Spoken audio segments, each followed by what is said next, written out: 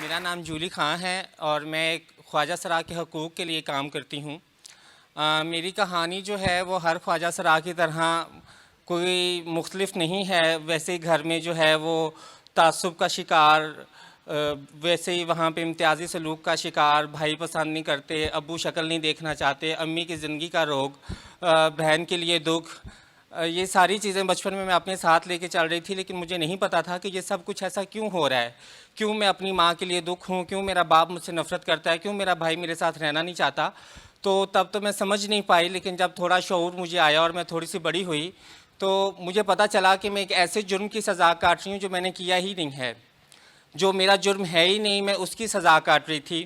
तो तब मुझे एहसास हुआ कि मुझे अब ये मज़ीद ये जुर्म बर्दाश्त नहीं करना, मुझे वो सज़ा नहीं काटनी, मुझे वो जुर्म जो इसका जुर्म ही मैंने नहीं किया उसकी सज़ा मैं क्यों काटूं। तो मेरे जब घर में थी तो घर में ख्वाजा सरा होने की वजह से आपको पता है हमें 10-12 साल की उम्र में घरों से निकाल दिया जाता है। अगर निकाला नहीं जाता तो मजबूर कर दिया जाता है कि हम घर छोड़कर भाग जाएं, क्योंकि हमें आए रोज़ बाप जो है वो मार रहा होता है, भाई टांग तोड़ रहा होता है, कोई कुछ कह रहा होता है, कोई कुछ कह रहा होता है। तो हमारे लिए बड़ा मुश्किल हो जाता है अपने घरों में रहना। और जब मैं घर से निकली तो मैं एक गुरु के पास गई, जैसे कि हम सब ख्वाजा सरा जब घरों से निकलते हैं तो किसी ना किसी गुरु के पास पहुंच जाते हैं। तो मैं गुरु के पास पहुंची तो वहाँ पे मैंने देखा कि हम सब जो ख्वाजा सरा थे वो एज अ कम्युनिटी रह रहे थे और हमारे पास करने के लिए दो ही शोबे थे, या भीख मांगना या नाचना। तो मेरा शुरू से ही वहाँ पे जाके दिल नहीं किया ये दोनों काम करने को। मैंने अपने गुरु से सवाल किया, मैंने कहा गुरु हम कोई और काम क्यों नहीं कर सकते, हम नाचने गाने के सिवा कुछ नहीं क्यों नहीं कुछ कर सकते। तो मेरे गुरु ने कहा कि बेटा हम लोग खुसरे हैं और जो खुसरे हैं वो इस माशरे में सिवाय नाचने और गाने के और भीख मांगने के कोई काम नहीं कर सकते। तो मैंने अपने गुरु से पूछा कि ये आपको किसने कहा है, ये आपको कैसे पता चला है। तो उन्होंने कहा तो किसी ने नहीं है, लेकिन मुझे पता है कि हम सब इसीलिए पैदा हुए हैं और हम सब लोगों ने ऐसे ही रहना है और माशरा में इसी रूप में ही देखना चाहता है। तो जब मैंने ये बातें गुरु की सुनी तो मुझे जो है वो एक बड़ा अर्ज सा हुआ, मुझे बड़ी शिद्दत से मेरे दिल में ये ख्वाहिश पैदा हुई कि काश मैं भी बाकी बच्चों की तरह इज़्ज़त से इस माशरे में रह सकूँ, मैं भी बाकी इंसानों की तरह अपने हकूक़ और इज़्ज़त को वैसे ही हासिल कर सकूँ जैसे बाकी सब करते हैं। तो मैंने तालीम हासिल करने के बारे में सोचा और मैंने अपने गुरु से कहा कि मैं स्कूल जाना चाहती हूँ। तो गुरु मेरी ऐसे हंसी खिलखिला के, ऐसे हंसी जैसे मैंने कोई बहुत ही मज़ाहिया लतीफ़ा सुना दिया, और उसने कहा खुसरे भी भला स्कूल जाते हैं, भला वो भी पढ़ते हैं, तुम पागल होगी, तुम्हें पढ़ने कौन देगा, तुम कॉलेज कैसे जाओगी, तुम स्कूल कैसे जाओगी। तो खैर मैं ज़िद पे रही, मैंने गुरु को कहा कि गुरु नहीं मुझे पढ़ना है, मुझे नहीं पता मुझे पढ़ना है, जैसे सारे बच्चे पढ़ने जाते हैं मुझे भी पढ़ना है। तो मेरे गुरु मुझे स्कूल में ले गई। मुझे याद है कि मैंने मिडल में एडमिशन लिया क्योंकि पहले तो मैं जो है वो घर से नहीं पढ़ सकी। तो जो स्कूल का प्रिंसिपल था उसने मुझे देखा और उसने देख के कहा कि तुम पढ़ोगी, तुमने पढ़ना है, तुमने स्कूल में एडमिशन लेना है। मैंने कहा हाँ जी मैंने स्कूल में एडमिशन लेना है, तो आप इतने हैरत ज़्यादा क्यों हैं। उसने कहा नहीं नहीं वैसे ख्वाजा सरा पढ़ते नहीं ना, आप लोग तो भीख मांगते हैं और डांस करते हैं, आपको पता है ना। तो मैं बड़ा चौंकी, मैंने कहा देखें आप एक तालीमी इदारे के सरबराह हैं और आप किसी इंसान को उसके तालीम के हक़ से महरूम तो नहीं कर सकते, और मैं यहाँ पे अपने जिन्स का हक़ लेने नहीं आई, मैं यहाँ पे इंसान का हक़ लेने आई हूँ और इंसान होने के नाते मेरा हक़ है तालीम हासिल करना। तो मेरे प्रिंसिपल ने कहा चलो अगर मैं तुम्हें स्कूल में एडमिशन दे भी दूँ तो तुम सर्वाइव कैसे करोगी, तुम्हें बच्चे रहने नहीं देंगे। तो मैंने कहा आप उसकी फ़िक्र ना करें, वो मेरा मसला है, आपका मसला सिर्फ मुझे एडमिशन देना है, आप मुझे एडमिशन दे दें, मैं सर्वाइव ना कर सकी तो मैं चली जाऊँगी। तो एडमिशन तो मिल गया, मैं स्कूल पहले दिन चली गई, लेकिन जब मैं स्कूल में गई तो मुझे ऐसे देख रहे थे जैसे दुनिया का नामा जुबा मैं ही हूँ। 8 तो पहले डिस्कवर कर चुके थे, 9वां शायद मुझ में तलाश कर रहे थे। तो इतनी हैरत ज़्यादा नज़रें बच्चों की और असातिज़ा की मेरी तरफ थी और उन्हें लगा कि शायद मैं यहाँ पे नाचने आई हूँ या भीख मांगने आई हूँ। तो सब तब और ज़्यादा हैरान हुए जब पता चला कि मैं पढ़ने आई हूँ। तो कोई बच्चा साथ बिठाने को तैयार नहीं था, टीचर भी बिल्कुल ऐसे कतरा कतरा के मेरी तरफ देखते थे। तो मैंने ठान लिया था कि मैं स्कूल की इतनी काबिल स्टूडेंट बन जाऊंगी कि हर बच्चा और हर टीचर मजबूर हो जाएगा मुझे अटेंशन देने के लिए। तो मैंने ऐसे ही किया, मैंने दिल लगा के पढ़ाई की, मैंने मेहनत की और मैंने जब अपनी एग्ज़ाम में अपनी क्लास में टॉप किया तो वही बच्चे, वही उस्ताद जो मुझसे आंख चुरा रहे थे, मेरा तारफ़ करवा रहे थे कि ये हमारे स्कूल की टॉपर हैं और इन्होंने टॉप किया है और ये जूली हैं और ये ख्वाजा सरा हैं। तो वो मेरी ज़िंदगी का पहला मरहला था जब मैंने इज़्ज़त को हासिल किया, वो मैंने पहला ज़िंदगी का कदम उठाया और मैंने उस कदम के साथ ये सोच लिया था कि अब ये कदम पीछे को नहीं लेके जाऊंगी, अब मैं आगे जाऊंगी और मैं माशरे में वो इज़्ज़त लेके रहूंगी जो मेरा हक है। एहसान नहीं है, अगर माशरा मुझे इज़्ज़त देगा तो वो मुझ पर एहसान कोई नहीं करेगा, वो मुझे मेरा हक वापस करेगा। तो इसी तरह से जब मैंने अपना स्कूल कंप्लीट किया और मैं कॉलेज में गई और मैंने वहाँ पे पढ़ाई की, तो वहाँ पे भी बच्चे जो थे वो बड़ा तमस्खुर उड़ाते थे, वो मुझे बड़ा तंग करते थे। लेकिन मेरा जो मकसद था, वो मेरी जो नज़र थी वो मेरे मकसद के ऊपर टिकी हुई थी। और मैंने कहीं पढ़ा भी था कि जो रेसर्स होते हैं, आपको पता है, जो रेस लगाते हैं, वो अपनी नज़र सीधी रास्ते पे रखते हैं, वो इधर उधर नहीं देखते कि डिट्रैक्ट ना हो जाएं। तो मेरी नज़र बिल्कुल अपने मिशन के ऊपर थी। मैंने तालीम हासिल की। जब मैं कॉलेज में थी तो हमारे घर में, चूँकि हम ख्वाजा सरा हैं, तो आपको पता है ख्वाजा सरा के घरों में आए रोज़ बदमाश और इस तरह के बुरे लोग जो माशरे के वो आते रहते हैं। तो हमारे घर में जो है वो एक गैंगस्टर था वहाँ पे, मानी चोर के नाम से। वो हमारे घर में आया और उसने हमें बड़ा तशद्दुद का निशाना बनाया। उसने हमें मारा पीटा, हमारा जो भी मालो असबाब था वो छीन के ले गया और हमें धमकियाँ दे के गया कि शुक्र करो, मेरा एहसान मानो कि मैं तुम लोगों को ज़िंदा छोड़ के जा रहा हूँ, वरना मैं तुम लोगों को मार भी डालूँ तो किसने तुम लोगों को पूछने आना है। तो उस रात मैंने वो बड़ी तकलीफ़ की रात गुजारी। वो तो मैं और मेरा अल्लाह जानते हैं कि वो रात सारी हमने कैसे गुजारी। जैसे उन्होंने हमें मारा पीटा, हम पे तशद्दुद किया, और मैंने ठान लिया कि सुबह इंशाअल्लाह ताला मैं अपना कानूनी हक़ लेके रहूँगी और मैं इन सब को सज़ा दिलवाऊँगी। लेकिन मुझे नहीं पता था कि हमारे पास उस वक्त कोई कानूनी हक़ मौजूद ही नहीं था। तो मैं पुलिस स्टेशन पे गई और मैंने कहा जी मैंने रिपोर्ट लिखवानी है एक शख्स के ख़िलाफ़ जो रात को हमारे घर पे आया है और वो फायरिंग करता रहा है हमारे ऊपर और उसने हमारे ऊपर तशद्दुद किया है। तो पुलिस वाले बड़ा हंस के कहते हैं कि भला खुसरे भी कभी रिपोर्टां करांदे हैं, ये खुसरों ने भी कभी पुलिस स्टेशन में आके रिपोर्टें करवाई हैं, यहाँ पे तुम्हारा कोई केस रिपोर्ट नहीं होगा, जाओ बीबी यहाँ से जाओ। तो मैंने उनसे तज़किरा किया, मैंने कहा देखें मैं पाकिस्तान की शहरी हूँ, मैं टैक्स पे करती हूँ, मैं बिजली पे टैक्स देती हूँ, मैं खाने पे टैक्स देती हूँ, तो हुकूमत की ज़िम्मेदारी है मुझे तहफ़्फ़ुज़ देना, तो आप कैसे इनकार कर सकते हैं। उसने कहा जिसने फिर जिसकी ज़िम्मेदारी उसके पास जाओ, हमारे पास ना जाओ। तो मैं वहाँ से निकली और मैंने अपनी कम्युनिटी को फ़ोन किया और मैंने कहा कि मैं प्रेस क्लब जा रही हूँ एहतजाज करने, तो आप लोग प्लीज़ मेरे साथ आएँ। तो कम्युनिटी ने कहा देखो जूली, तुम तो पागल हो, तुम्हारा तो दिमाग ख़राब है, हम सारी तो नहीं हैं, तुम मरना चाहती हो, हम लोग तो नहीं मरना चाहती, शुक्र हम जिंदा हैं, ये काफ़ी है हमारे लिए। तो मैं अकेली प्रेस क्लब के बाहर खड़ी और शोर मचा रही थी और मैं वहाँ पे पेट्रोल पकड़ के खड़ी थी कि या तो हुकूमत मुझे मेरा हक़ देगी, तो या मैं यहाँ पे खुदकशी करूँगी और मेरे कत्ल की ज़िम्मेदारी हुकूमत होगी। तो मेरे इस एहतजाज के बाद फ़ौरन से जो आला हुकाम थे वो हरकत में आए और उन्होंने कहा कि आप जैसे कैसे भी है इस मानी चोर को उसी वक्त अरेस्ट करें, क्योंकि ये केस मीडिया पे हाईलाइट हो चुका था। मैं पाकिस्तान की पहली वो ट्रांस थी जिसने ट्रांसजेंडर वायलेंस के लिए आवाज़ उठाई और पहला पुलिस केस रजिस्टर करवाया। पुलिस केस रजिस्टर होने के बाद मानी चोर पकड़ा तो गया, लेकिन वहाँ के जितने बड़े बदमाश थे वो मुझे इतना ज़्यादा थ्रेट करने लगे कि मैं वहाँ पे रह ना सकी उस शहर में। मेरे घर पे फायरिंग करना शुरू कर दी, मुझे धमकियाँ देना शुरू कर दी, मुझे फ़ोन पे ट्रैक करना शुरू कर दिया। तो बार बार यही कहते थे कि तुम सुलह करो, केस वापस लो। लेकिन मैंने कहा कि नहीं, सुलह तो नहीं वापस होगी, ये ना केस वापस होगा, तो आप लोग मुझसे लड़ेंगे। तो इसी तरह से मैं उस डर की वजह से, उस ज़्यादा धमकाने की वजह से मैं इस्लामाबाद शिफ्ट हो गई और इस्लामाबाद मैंने सोच लिया कि अब यहाँ पे मैं अपना इंसानी हकूक़ यहाँ से लेकर ही वापस जाऊँगी।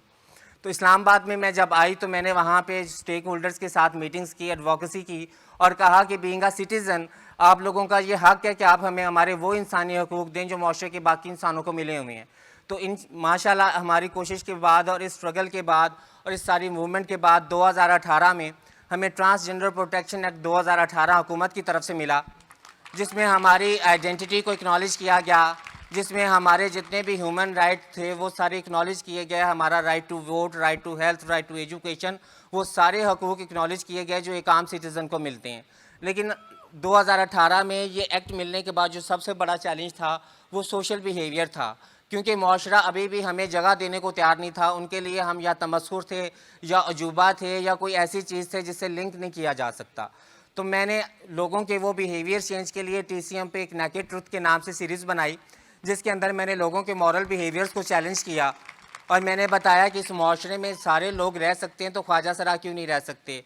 हम लोग कोई बुरे लोग नहीं हैं। आपने हमें कभी चोर डाकू बने देखा है? कभी मोटरसाइकिल छीनते या मोबाइल छीनते किसी ख्वाजा सरा को भी देखा है आपने? कभी आपने किसी कातिल ख्वाजा सरा को भी देखा है जो कत्ल करता फिर रहा हो? आपने कभी कोई ऐसा ख्वाजा सरा देखा है जो लोगों की इज़्ज़तें लूट रहा हो? जब ऐसा कोई ख्वाजा सरा आपने नहीं देखा तो किस बुनियाद पर आप लोग हमें मुआशरे से निकालना चाहते हैं? किस बुनियाद पे आप हमें हमारा इज़्ज़त का वो हक़ नहीं देना चाहते जो सब इंसानों का बुनियादी हक़ है? तो जब मैंने ये सीरीज़ बनाई नेगेटिव ट्रुथ के नाम से, तो मुझे था कि चूँकि हमारा सोसाइटी माइंडसेट ऐसा है कि हम हर चीज़ को नेगेटिव ज़्यादा लेते हैं, तो मैंने कहा लोग मुझ पे बहुत ज़्यादा क्रिटिसिज्म करेंगे कि आप ये ख्वाजा सरा हमें बताएगा सही क्या और गलत क्या है, और ये हमारी मॉरल वैल्यूज़ को चैलेंज करेगा। तो मैं बिल्कुल मेंटली तौर पे तैयार थी कि भाई अभी तो बहुत ज़्यादा मुझ पे क्रिटिसिज्म होने वाला है। लेकिन अल्हम्दुलिल्लाह लोगों ने बहुत ज़्यादा मुझे अप्रिशिएट किया, और मेरा ख्याल है कि वो सीरीज़ ही संगे मील साबित हुई कि लोग ख्वाजा सरा को इज़्ज़त देने लगे और उनका पर्सपेक्टिव बदल गया। तो जब मैं छोटी सी थी, तो जब भी मैं रोड पर जाती थी, तो कोई भी भीख मांगने वाला ख्वाजा सरा सड़क पे नज़र आता था, तो मेरे घर वाले स्पेशल मुझे ऐसे इशारा करके कहते थे देखो तुम्हारे जैसा। तो 2018 के बाद हमें हक मिला, हम लोगों ने मेहनत और कोशिश की, तो हमें कहानियाँ सुनने को मिली पाकिस्तान की पहली ख्वाजा सरा वकील, हमें सुनने को मिला पाकिस्तान की पहली ख्वाजा सरा डेंटिस्ट, हमें मिला ख्वाजा सरा पहली ख्वाजा सरा जो UNDP में रिप्रेजेंटेशन कर रही है। तो मैं अपने घर गई और मैंने हंस के वैसी कोनी मार के अपने भाई को कहा ये देखो मेरे जैसा।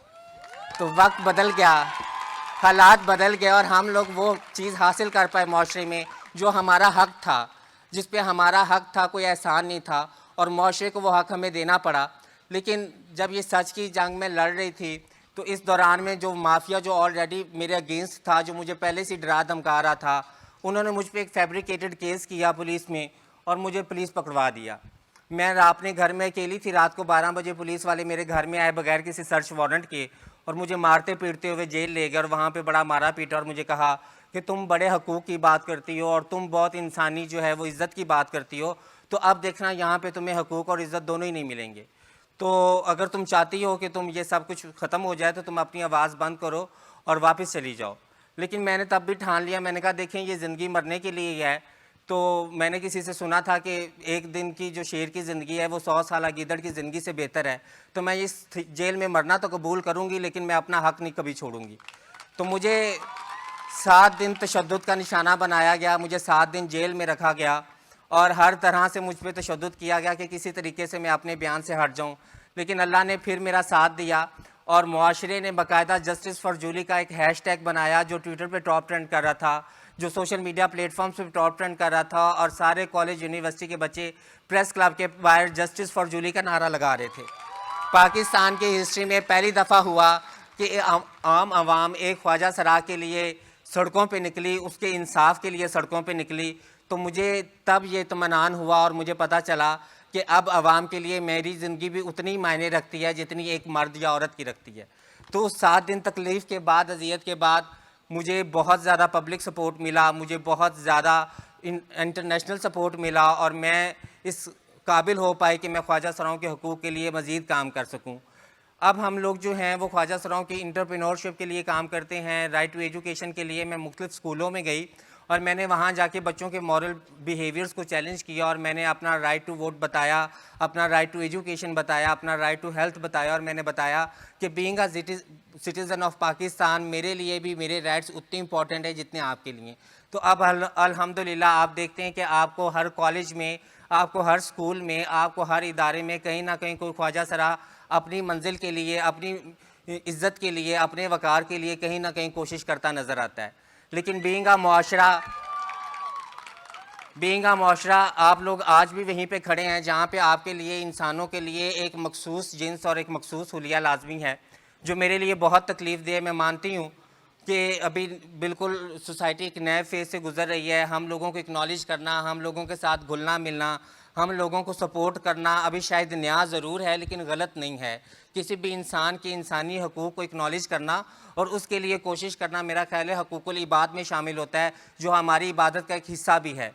तो हम सब की ये अव्वलीन ज़िम्मेदारी और फ़रीज़ा है कि हमारे मोहल्ले में जो ख्वाजा सरा हैं, हमारे घरों में जो ख्वाजा सरा हैं, उनके मुस्तकबिल की ज़िम्मेदारी संभाली जाए। वालिदैन की ये ज़िम्मेदारी है कि वो 18 साल तक अपने ख्वाजा सरा बच्चे को अपने घर में रखें, क्योंकि हमारे मुस्तकबिल का, हमारी ज़िंदगी का फ़ैसला हमारे वालिदैन करते हैं। जब एक 12 साल का बच्चा घर से निकाल दिया जाता है, तो उसका कोई पुरसाने हाल नहीं होता। वो किस जिस्मानी अज़ियत से गुज़रता है, वो किस ज़हनी अज़ियत से गुज़रता है, आप लोग तसव्वुर भी नहीं कर सकते। और ये सब कुछ क्यों हमारे साथ होता है? क्योंकि आप लोगों को ख्वाजा सरा पसंद नहीं है। आपको लगता है कि ख्वाजा सरा ऐसे इंसान हैं कि जो शायद अब नॉर्मल हैं, जो शायद एलियंस हैं। आप यकीन माने कि मैं किसी मार्स सियारे से नहीं आई। अगर किसी को ये शक है कि ये कोई अलहदा सियारे से आए हुए लोग हैं, तो हम बिल्कुल नहीं, एलियंस नहीं हैं। हम ह्यूमन स्पीशीज़ में से निकले हैं। हम इंसानी नस्ल के वो लोग हैं जो आप लोगों से मुख्तलिफ हैं। तो हमारा मुख्तलिफ होना हमारा कसूर नहीं, हमारा मुख्तलिफ होना हमारी गलती नहीं, हमारा मुख्तलिफ होना हमारा जुर्म नहीं है। और हमें बार बार बीइंग अ सोसाइटी ये बिल्कुल भी तसव्वुर मत करवाएं कि हम शायद ज़िंदगी जो है वो किसी कर्ज में जी रहे हैं या हमारा पैदा होना कोई गुनाह है। हम लोग बिल्कुल वैसे ही इज़्ज़तदार इंसान हैं जैसे आप लोग हैं, लेकिन हम मुआशरे में जिन शोबों में चले जाते हैं उन शोबों में जाने की ज़िम्मेदारी मुआशरे की है। क्योंकि मुझे नहीं याद पड़ता कि मेरे साथ कभी किसी ने आके ईद की खुशियाँ ही बांटी हों। मेरे पड़ोसी जो मोहल्लेदार हैं, जो मर्द औरतें हैं, उन्होंने कभी मेरा दरवाज़ा खटखटा के मुझे सवैयाँ नहीं भेजी, मुझे कभी कुर्बानी का गोश्त नहीं भेजा। क्यों? आखिर क्यों मुझसे इतनी दूरी है? क्या पड़ोसियों के हकूक़ मेरे ऊपर नहीं लगते? क्या अगर मैं आपकी पड़ोसी हूँ तो आपका हक़ नहीं, मेरी ज़िम्मेदारी आपकी नहीं है कि मेरा ख्याल रखा जाए? लेकिन हम सबको लगता है कि अगर ख्वाजा सरा है तो इस पे हमारा कोई हक़ नहीं है, ना इस पे पड़ोसियों के हकूक़ शामिल होते हैं, ना इन पे हकूक़ुल इबाद शामिल होते हैं। लेकिन आप हमारी आला ज़रफ़ी देखें, मुआशरे की इतनी ज़्यादा हित्तक अमेज़ रवैये के बावजूद, इतना ज़्यादा डिस्क्रिमिनेशन करने के बावजूद हमने मुआशरे को कभी पलट कर बुरा जवाब नहीं दिया। आप हमें खुसरा कह के मजाक करते हैं, हम मुस्कुरा कर चले जाते हैं, हम बदले में कोई रद्द अमल नहीं करते। हालांकि हमारे माशरे में तो रीत है कि अगर किसी की छोटी सी लड़ाई भी हो तो उस पर कत्ल कर दिया जाता है, उस पर इतनी बड़ी लड़ाई होती है कि एक दूसरे को मार दिया जाता है। लेकिन हम लोग वो सुलझे हुए, वो तहम्मुल मजाज इंसान हैं जिन्होंने कभी माशरे में वायलेंस को प्रमोट नहीं किया। और अगर हमने कभी वायलेंस को प्रमोट नहीं किया तो सोसाइटी किस लॉजिक पे हमारे ऊपर वायलेंस करता है? मुझे तो आज तक चीज़ समझ नहीं आई। आप सब लोग यहाँ पे, जो लोग भी यहाँ पे आए हैं, मैं चाहती हूँ कि एक दफ़ा अपने गिरेबान में दोबारा झांकें और बताएं कि क्या ख्वाजा सरा के साथ ताल्लुक़ बनाना बहुत बुरी बात है? क्या ख्वाजा सरा को दोस्त नहीं बनाया जा सकता? क्या मेरा हक़ नहीं है कि मेरे माँ बाप मेरे बारे में भी सोचें कि अगर मैंने बेटे को पायलट बनाना है, मैंने बेटी को डॉक्टर बनाना है, तो मैंने अपने ख्वाजा सरा बच्चे को भी इंजीनियर बनाना है? क्यों मेरे माँ बाप मेरे लिए ये नहीं सोचते? क्यों? क्या मेरी जिन्स का एक ख़ास तयन में ख़ास तरीके से ख़ास तरह होना ज़रूरी है? मेरा इंसान होना कोई मायने नहीं रखता? क्या मैं अशरफुल मखलूक़ात नहीं हूँ? क्या एक मर्द और औरत ही अशरफुल मखलूक़ात हैं? नहीं, मैं भी उतनी सुपर क्रिएशन हूँ, मैं भी उतनी ही अशरफुल मखलूक़ात हूँ जितने आप लोग हैं। लेकिन सिर्फ़ और सिर्फ ज़रूरत थोड़ी सी मुआशरे ने हमें जगह देनी है। हमें कुछ भी नहीं चाहिए मुआशरे से, सिर्फ़ और सिर्फ इज़्ज़त और जगह चाहिए। आज जूली यहाँ पे खड़ी है, आज मैं यहाँ पे खड़े होकर फ़ख्र से बता रही हूँ कि मैं ख्वाजा सरा हूँ, और आप यकीन माने कि मैंने अपना सारा बचपन इस सोच में गुजार दिया कि काश मैं मर जाऊँ, मैं ख्वाजा सरा हूँ। लेकिन अल्हम्दुलिल्लाह आज वो कोशिश, आज वो मेहनत, आज वो जद्दोजहद जो मैंने इज़्ज़त पाने के लिए की है, अल्लाह ने मुझे वो इज़्ज़त दी है। आज मुआशरा मुझे खड़े होकर कहता है आप जूली हैं, आप जूली हैं, हम आपको बड़ा पसंद करते हैं, हम आपके साथ प्लीज़ एक सेल्फ़ी बना लें।